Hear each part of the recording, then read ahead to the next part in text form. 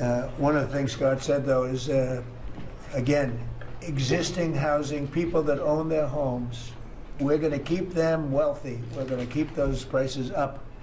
We're not going to destroy the value of their homes so that somebody that didn't work very hard can buy a home. We're going to make it easier to buy. We're going to get interest rates down. But I want to protect the people that for the first time in their lives feel good about themselves. They feel like they've, that they're wealthy people. And I want them to understand it. There's so much talk about, we're going to drive housing prices down. I don't want to drive housing prices down. I want to drive housing prices up for people that own their homes. And they can be assured that's what's going to happen. Chris, could you say a few words about energy, please?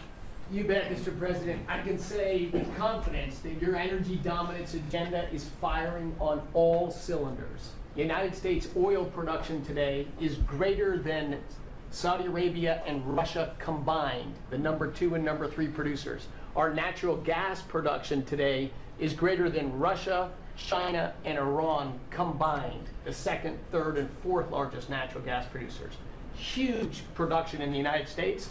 Secretary Burgum at the Interior Department has taken in more money on oil and gas lease sales in the first year of this administration than the entire 4 years of the Biden administration.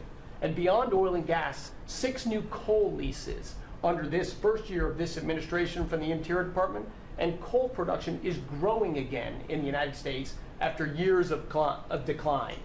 And this beautiful clean coal was the MVP of the huge cold snap we're in right now. I can say with some confidence, hundreds of American lives have been saved because of leaning in and stopping the killing of coal and revitalizing coal. Coal, over the last few days, where we're at peak demand in electricity, has delivered 20 times more electricity than batteries. Think about that, 20 times more. It's because coal doesn't mind very cold weather. Right? You're not allowed to say the word coal without proceeding by saying clean, beautiful coal. Clean, beautiful coal. It's not affected by bad weather. Rain, snow, sleet, freezing cold.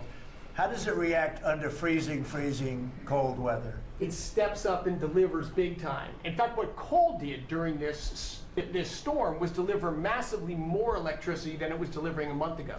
Because we needed far more electricity. Who can step up? The windmills, by the way, are all frozen. You know that they don't turn. The windmills aren't turning. The windmills that these fools paid for. The fool is this country, because the people that have the windmills get massive subsidy, and they make a fortune on windmills that don't even work, and they don't produce anywhere near what they should be. And it's the worst, most expensive form of energy there is. And by the way, Europe is destroying itself with the stupid windmills they're putting all over their beautiful areas of most magnificent landscapes in the world, and they're just destroying. Europe better get smart.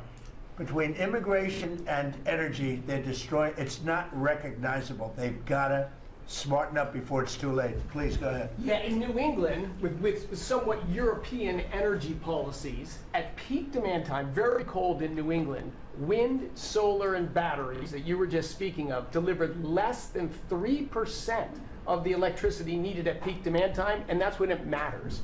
Because if electricity goes out when it's very cold, people die. Over 200 people died in a smaller cold snap during the Biden administration. This was massively larger geographically.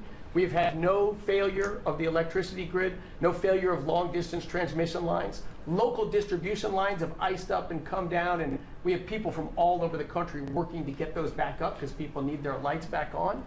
But your energy policies delivered just a dramatically different outcome for the American people.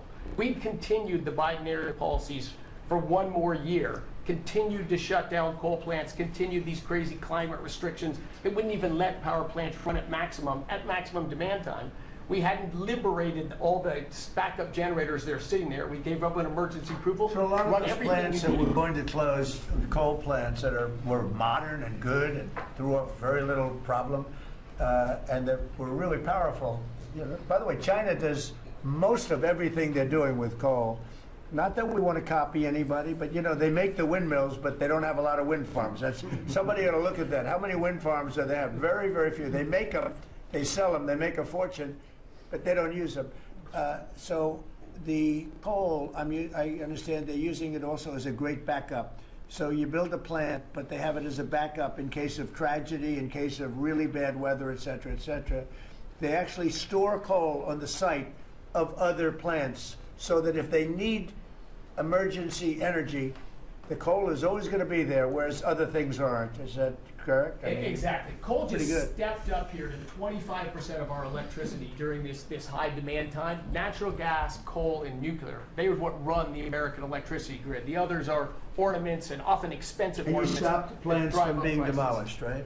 17 gigawatts of coal generation plants were slated to close last year that were stopped from being closure by this And if administration. they were closed, we would be really tight on energy.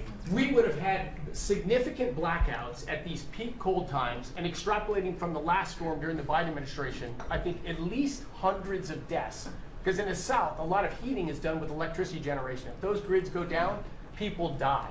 So these, and when going back to the Working Families Tax Cut Act, the one big beautiful bill, that got rid of $500 billion of subsidies, energy subsidies, that do nothing but make energy more expensive and less reliable.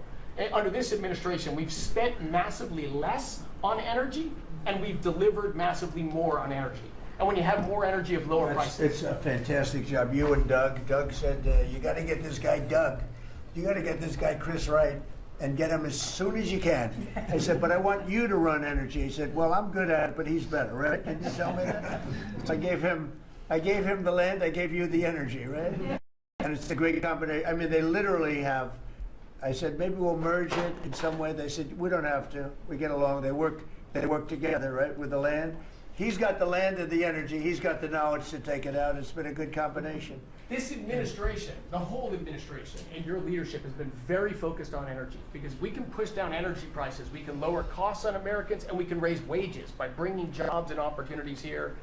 It is a transformation of American energy. Thanks for your leadership. He's one of the most respected people in the energy world. And Doug told me about Chris Wright. They said, if you could get him, what he gave up to do this job, you're making a little less money, but that's all right. You don't care. What you're doing is fantastic. But he said he's the best in the world. Other people have told me that. The heads of the biggest companies have told me that. And it's really panning out to be so. We appreciate it very much. It's great.